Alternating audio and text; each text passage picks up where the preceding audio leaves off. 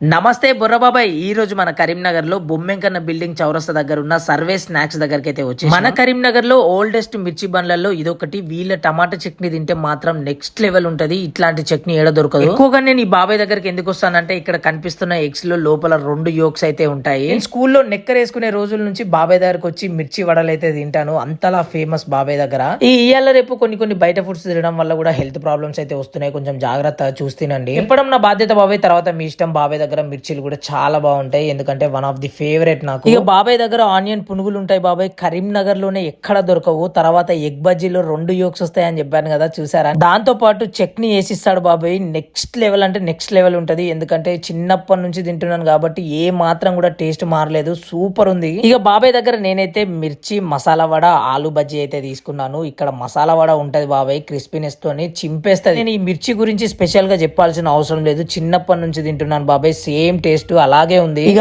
వేడి వేడి ఆలు బజ్జీని టమాటా చట్నీలో ముంచుకొని తింటే ఉంటది బాబాయ్. వారే మీరు కానీ ఇక్కడికి వస్తే మాత్రం తప్పకుండా ఈ పునుగులను అయితే ట్రై చేయండి. నేను ఎక్కువ తినమని కూడా చెప్పట్లేదు, మీ ఇష్టం అది కూడా. టేస్ట్ గురించి చెప్పాలంటే రోజు ఈ పునుగులు తిని బ్రతికేమంటే కూడా బ్రతికేస్తా బాబాయ్ నేను. ఇలాంటి వీడియోస్ కోసం మన బుర్రబాబు పేజ్ ని ఫాలో అయ్యి సపోర్ట్ చేయండి.